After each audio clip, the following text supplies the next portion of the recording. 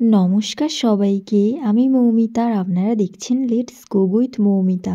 আজ আমি আপনাদের সাথে ভেজ পাস্তার একটা রেসিপি শেয়ার করব, যেটা টিফিনের জন্য চটজলদি বানিয়েও নেওয়া যাবে আর হয়ও খুবই টেস্টি।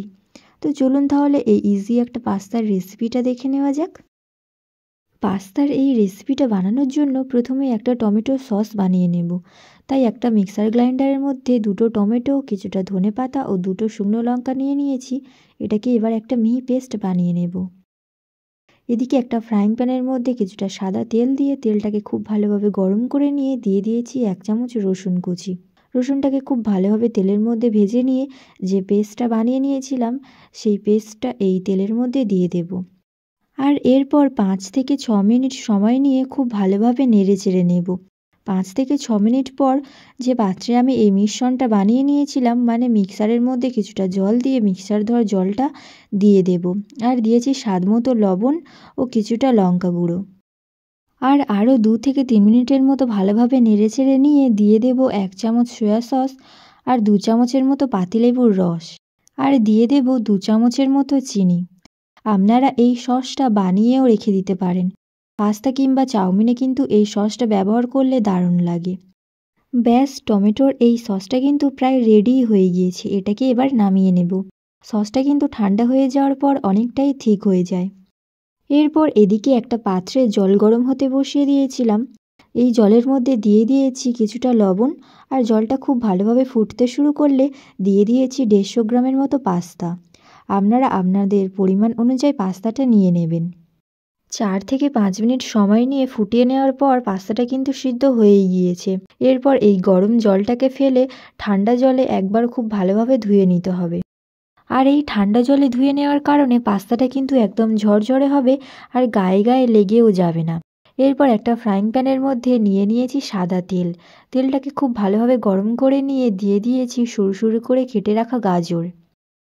আর গাজরটা আগে থেকে একটু সময় নিয়ে ভেজে নিতে হবে। আপনারা আপনাদের পছন্দ অনুযায়ী সবজিগুলোকে নিয়ে নেবেন।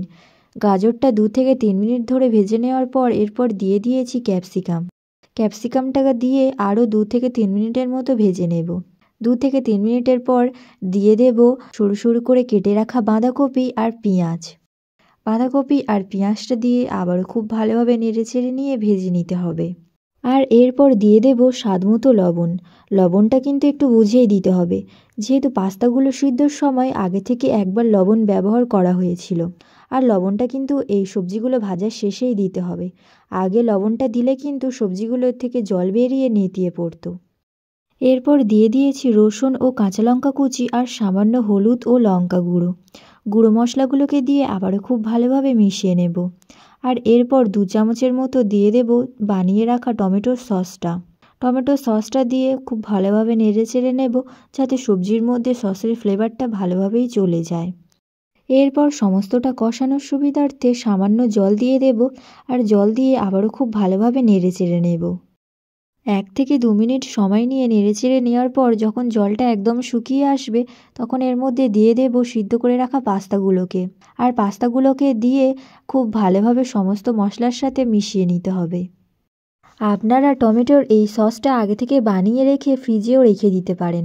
তাতে করে রেসিপিটা বানাতে কিন্তু অনেকটাই সহজ হয়ে যাবে। আর এই টমেটো সসটা চাউমিনেও ব্যবহার করা যেতে পারে, তাতে করেও কিন্তু অসাধারণ লাগে। 4 থেকে 5 মিনিট সময় নিয়ে ভেজে নেওয়ার পর এরপর দিয়ে দেব 1/2 চা চামচ গোলমরিচ গুঁড়ো।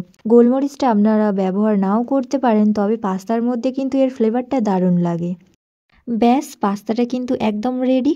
বাচ্চাদের টিফিনে কিন্তু এই রেসিপিটা একবার অবশ্যই ট্রাই করে দেখতে পারেন। আর এই রেসিপিটা যদি ভালো লেগে থাকে তবে এমন আরও রেসিপি পাওয়ার জন্য লাইক, শেয়ার, সাবস্ক্রাইব করে দিতে ভুলবেন না।